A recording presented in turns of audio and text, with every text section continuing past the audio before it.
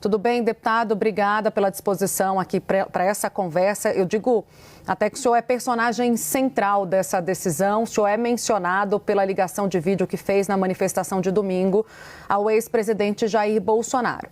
Ele não falou nada, mas Alexandre de Moraes entendeu que essa ligação, assim como a publicação do senador Flávio Bolsonaro, serviram para impulsionar mensagens proferidas na tentativa de coagir o Supremo Tribunal Federal e, consequentemente, obstruir a justiça e com amplo conhecimento das medidas cautelares impostas. Diante dessa afirmação de Moraes e do que aconteceu posteriormente à decisão de uma prisão domiciliar, eu te pergunto se o senhor se sente responsável pelo que aconteceu. Boa tarde, Tainá. Boa tarde, Uribe. Boa tarde a quem está nos assistindo. A peça central da prisão do Jair Bolsonaro é Alexandre de Moraes. Não pode ser eu. Obviamente, uma decisão sem pé e sem cabeça, uma decisão onde abre brechas para se cometer uma falta e depois ser punido por algo que não faz nenhum sentido.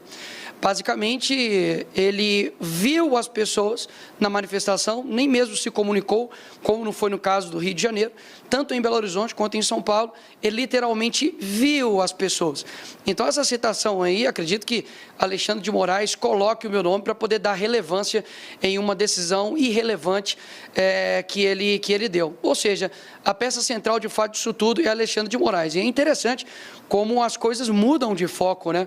No mesmo dia que se deu aí grande repercussão a respeito da vaza-toga, de mensagens que foram vazadas pelo ex-assessor de ministro Alexandre de Moraes. Ou seja, uma baita de uma coincidência. Então, não, jamais seria responsável por uma pessoa ser presa por não ter dito nada. E se estão confessando de que ele foi preso somente por poder olhar as pessoas na manifestação, meus parabéns, vocês estão confessando que nós já não estamos em uma democracia. Apesar do senhor apontar que Alexandre de Moraes é o responsável, o senhor se arrepende de ter feito essa ligação para Jair Bolsonaro? Claro que não. Eu vou me arrepender de fazer algo correto, algo que não tem nenhum tipo de problema. E não tem essa de apesar, Uribe. Apesar da pessoa ter matado, você foi lá e, sei lá, passou perto dela. O foco, literalmente, é o primeiro. É quem, de fato, o colocou na prisão, que é o Alexandre de Moraes. A gente não vai discutir aqui a respeito das ilegalidades que ele cometeu, por exemplo, as imagens, as mensagens vazadas, onde mostra que ele, enfim, praticamente sua equipe mandava prender pessoas por postagens de 2018. Ninguém vai comentar a respeito disso. Realmente o foco é, você se sente arrependido? Sinceramente, eu acredito que nós temos coisas muito mais sérias a se tratar. Você tem pessoas hoje presas de forma desproporcional, injustamente, tomando penas que nenhum criminoso de alta patente aqui no nosso país toma. Inclusive, saiu aí na notícias, né, de que Moraes diz que a justiça é igual para todos. Mentira. Sérgio Cabral agora com certeza deve estar rindo com uma condenação de 400 anos por corrupção na sua sacada ali do seu apartamento em Leblon. Então não, a justiça não é literalmente igual para todos. Agora, Jair Bolsonaro está aí no mesmo patamar de que líderes de facção criminosa. Na verdade, um nível até mesmo abaixo, né? Porque até mesmo uma pessoa que é líder de facção criminosa pode dar entrevistas, né? E eu me pergunto, para poder finalizar e passar a palavra para vocês, e quem divulgou as imagens do Jair Bolsonaro falando com as pessoas na manifestação nas redes sociais, também vão ser indenizadas? Ou seja, não faz sentido nenhum, é uma ditadura extremamente confusa. E dizer de que ele quebrou a medida cautelar realmente é ignorar a sanha ativista de um juiz que, de fato, parece um político com uma toga.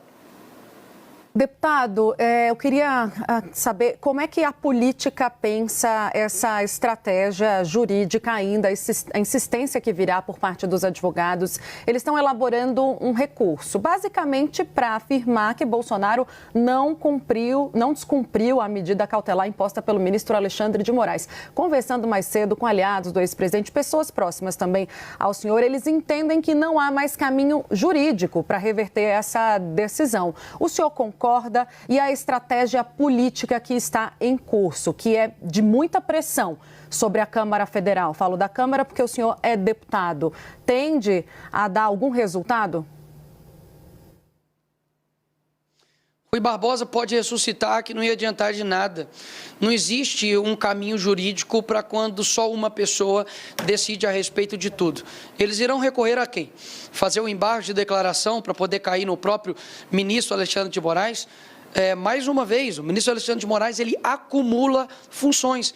Ele é o delegado, ele é o investigador, ele é o promotor, ele é a vítima, ele é o delegado, tudo ao mesmo tempo.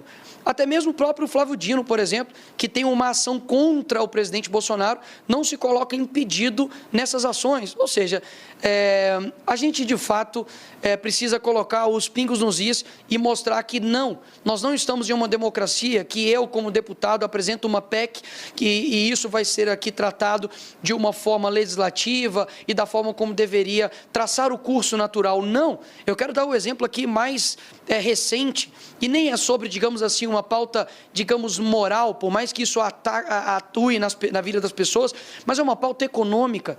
A derrubada do aumento de IOF foi feito pelos deputados, foi feito por essa casa, foi feita pelo Senado, e o que aconteceu? O PT recorre até o STF e é sorteado, o homem sortudo, cai na mão do Alexandre de Moraes para poder decidir, então, o aumento do IOF. E o que ele faz? Ele mantém o aumento do IOF. Ou seja, isso não é violar as barreiras e os limites dos poderes que nós temos? Ou seja, já não há mais poder executivo, legislativo e judiciário. Há somente um poder chamado Alexandria. De fato, é somente o ministro Alexandre de Moraes que decide a respeito de tudo. E quero deixar aqui algo bem claro. Não tem uma oposição ao ministro Alexandre de Moraes por picuinha, por bia. Isso aqui diz respeito a questões muito sérias, como eu disse. O ministro Alexandre de Moraes está em uma lista, não uma lista de chamada de uma escola, ele está em uma lista onde existem pessoas que são violadores de direitos humanos, criminosos de alta patente. E isso precisa ser dito de forma clara. As sanções que ocorrem com ele está querendo levar todas as outras demais autoridades para o mesmo buraco que ele está se colocando. Por isso, nós como deputados e também senadores, anunciamos hoje que sim, nós iremos parar as sessões até que haja um diálogo para pautar, em primeiro lugar, a anistia ampla, geral e restrita, até mesmo porque a esquerda foi concedida com este benefício anteriormente, e não por conta de vidros quebrados, mas por saquear bancos, por crimes de terrorismo e crimes de morte. O segundo ponto é impeachment do ministro Alexandre de Moraes e, consequentemente, a nulidade de todos os seus atos. Afinal de contas, você tem uma pessoa que já, de diversas formas, deixou bem claro que extrapolou os seus poderes, tem feito vingança processual e tem colocado pessoas na cadeira meramente porque estavam de verde e amarelo. Não vi ninguém de vermelho que cometeu os mesmos crimes aqui ser preso nenhuma vez aqui no nosso país, porque já teve momentos onde a esquerda já invadiu também aqui esses locais e nada aconteceu. E, por fim, o fim do foro privilegiado, que não tem nada de privilegiado, né? Não, como deputado, o foro privilegiado, olha só, deveria ser para poder proteger os deputados, o seu artigo 53, a inviolabilidade do mandato, mas hoje o maior ataque que há à nossa prerrogativa de deputado e senador é vinda do Supremo Tribunal Federal. Então, não há privilégio nenhum. E, por fim, eu deixo aqui minha pergunta: por que Jair Bolsonaro e todas as pessoas que foram envolvidas no dia 8 estão sendo julgadas pelo Supremo Tribunal Federal? Por quê? Me fala um aí que foi colocado anteriormente. Ou seja, ministro Lula foi colocado, na verdade estava numa primeira instância, foi feita uma manobra para poder jogar, enfim, para o STF e assim ser solto. Agora é o contrário. Tira-se da primeira instância para poder ter um julgamento, para poder jogar para o STF, para literalmente fazer um jogo de cartas marcadas. Esse é o cenário atual do nosso país. E há quem diga que nós estamos em uma democracia. Só alguns apontamentos. O senhor falou da anistia geral e restrita. Os torturadores da ditadura também foram beneficiados além da esquerda. Segundo ponto, a decisão do ministro Alexandre de Moraes foi referendada pela primeira turma, então não foi apenas ele que tomou a decisão. Ou seja, você concorda comigo, então, Uribe, que... Eu não concordo, eu sou jornalista, estou fazendo uma pergunta. Apenas uma questão, deputado. Não, doutor Uribe, mas... O protesto de vocês foi extremamente maior do que se esperava. O protesto dos senhores foi maior do que se esperava, realmente.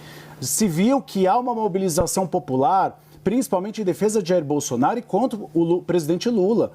Isso é inegável. Teve o triplo da última manifestação da anistia. Só que a gente vê a direita só defendendo a anistia. Agora a direita ameaça, por exemplo, obstruir as sessões do Congresso Nacional. Não é um tema muito focado nos parlamentares, que não interessa a boa parte da população que passa fome, que tem outros problemas e quer ver projetos sendo aprovados? O IOF é um exemplo. O trabalho de vocês fez com que a maior parte da população que era contra o IOF ficasse feliz com a mobilização que vocês fizeram.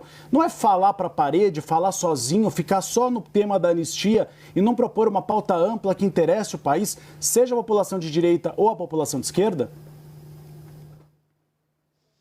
Primeiro você diz que é jornalista e fala que não acha nada e faz uma pergunta sobre os seus achismos. É estranho. Mas respondendo então a sua pergunta, eu estou entrevistando.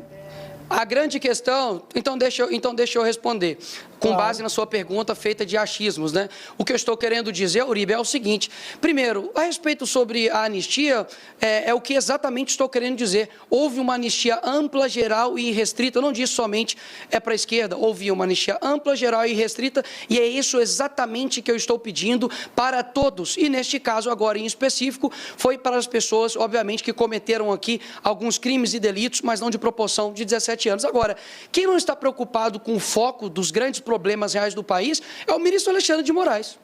Porque, no fim das contas, nós estamos fazendo um trabalho aqui, tentando fazer um trabalho para olhar para as causas profundas do nosso país, como, por exemplo, saneamento básico, onde tem 100 milhões de pessoas que não têm água potável e nem saneamento básico no nosso país. A gente tem que tratar sobre o problema de segurança aqui no nosso país. Nós temos que tratar a respeito de problemas sobre educação no nosso país. Agora, quem está no Poder Executivo?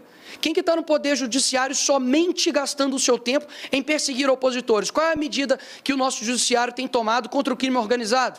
Qual que é a medida que o nosso Judiciário tem tomado contra tudo aquilo que você me perguntou e está dizendo sobre as causas profundas do nosso país? Agora, o que exatamente nós estamos querendo dizer é isso. Vamos dar um primeiro passo de pacificação no país. Agora, vamos lá. Um pai que é condenado a 17 anos, como o caso do Rubens, que foi condenado a 17 anos porque furtou uma bola assinada pelo Neymar aqui no Congresso, está distante da sua esposa, Norda, com um filho recém-nascido e com outro filho de 6 anos de idade. Isso não é uma causa profunda? É uma pergunta que eu faço. Você sanar injustiças feitas por um judiciário que colocou pessoas na cadeia por conta de um post em 2018 não é olhar para as causas profundas? A grande questão é que o brasileiro olha para todas essas questões genéricas e se apega a isso. Agora, as causas que realmente impactam o coração das pessoas, que é injustiça, que é de fato lutar pela verdade aqui nesse país, isso é deixado de lado. É o filho do outro, né? É o tio do outro, é a sobrinha do outro, é a avó do outro, né? Porque, afinal de contas, uma pessoa de 71 anos foi colocada novamente na cadeia, retirada da prisão domiciliar, porque cometeu o grande crime da quebra de cautelar de ir para a fisioterapia. Isso é o ministro Alexandre de Moraes está fazendo. Então, assim, vamos parar de olhar. O foco está aqui em nós, o foco não está no ministro Alexandre de Moraes. Quem está sendo sancionado por uma lei que só está criminosa? Não sou eu. Nem é nenhum dos deputados aqui. Querem ajudar a pacificar o país? Comecem a dando o exemplo.